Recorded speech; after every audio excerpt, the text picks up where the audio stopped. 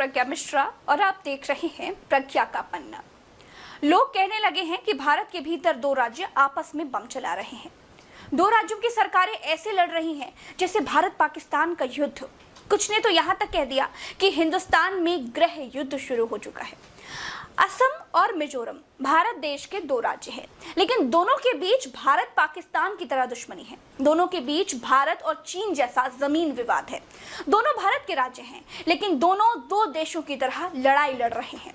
26 जुलाई को हुए युद्ध में 6 पुलिस वाले शहीद हो गए। असम के मुख्यमंत्री कहते हैं कि 1 इंच भी जमीन मिजोरम को नहीं देंगे, और मिजोरम कहता है कि हमारी जमीन पर असम कब्जा करता है।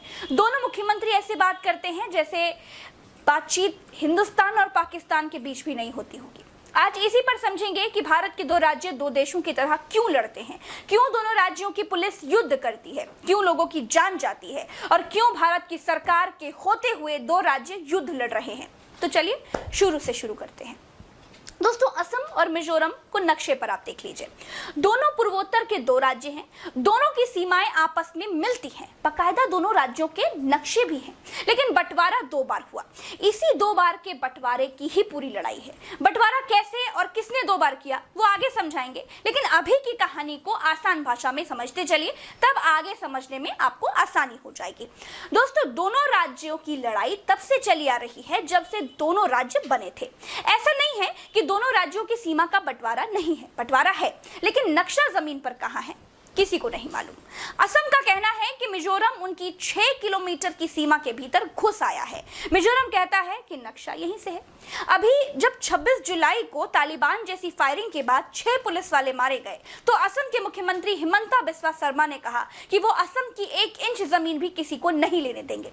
शर्मा ने कहा, ये कोई राजनीतिक मुद्दा नहीं है, ये दो राज्यों के बीच सीमा विवाद है, ये लंबे समय से चला आ रहा विवाद है। उस समय भी विवाद हुआ था जब दोनों की तरफ कांग्रेस की सरकार थी। अभी असम में 126 में से 60 सीटें जीतने वाली बीजेपी सरकार है, और मिजोरम में 40 में से 28 सीटें जीतने वाली मिजो नेशनल फ्रंट से जोरमथंगा मुख्यमंत्री हैं। असम के मुख्यमंत्री बिस्वा शर्मा कहते हैं कि जब गोलीबारी हो रही थी तब मैंने मिजोरम के मुख्यमंत्री को 6 बार फोन किया। उन्होंने सॉरी कहा और मुझे आइजोल में बातचीत के लिए आने को कह दिया।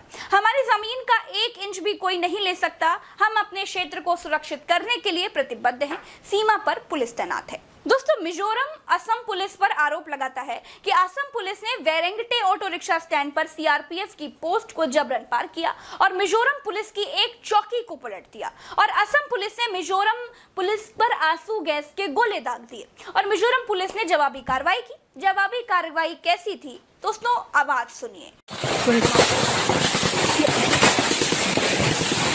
कोई नहीं कहेगा कि दो राज्यों की लड़ाई है, लगता है जैसे गृह युद्ध छिड़ गया हो।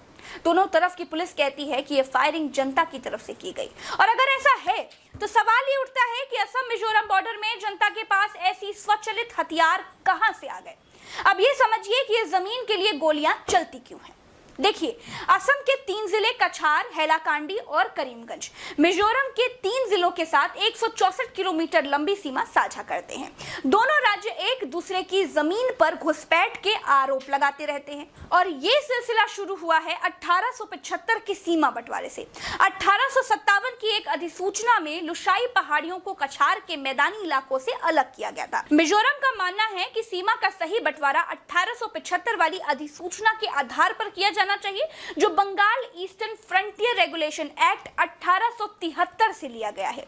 असम सरकार 1933 के सीमा बंटवारे को मानती है, और यही लड़ाई का सबसे बड़ा मुद्दा है। जमीन सरकारों से ज्यादा लोगों को प्यारी है, इसीलिए लड़ाई पहले लोगों से शुरू होती है और सरकारों तक पहुंच जाती है। हालांकि दोनों राज्यों के बीच समझौता है कि सीमा पर दोनों राज्य नो मैंस लैंड पर यथास्थिति बनाए रखें, लेकिन जिस देश में लड़ाइयां जर जोरू और जमीन के लिए होती हैं, यथास्थिति को मानता ही कौन है। दोस्तों, इस वीडियो में इतना ही। वीडियो कैसा लगा कमेंट करके जरूर बताइएगा।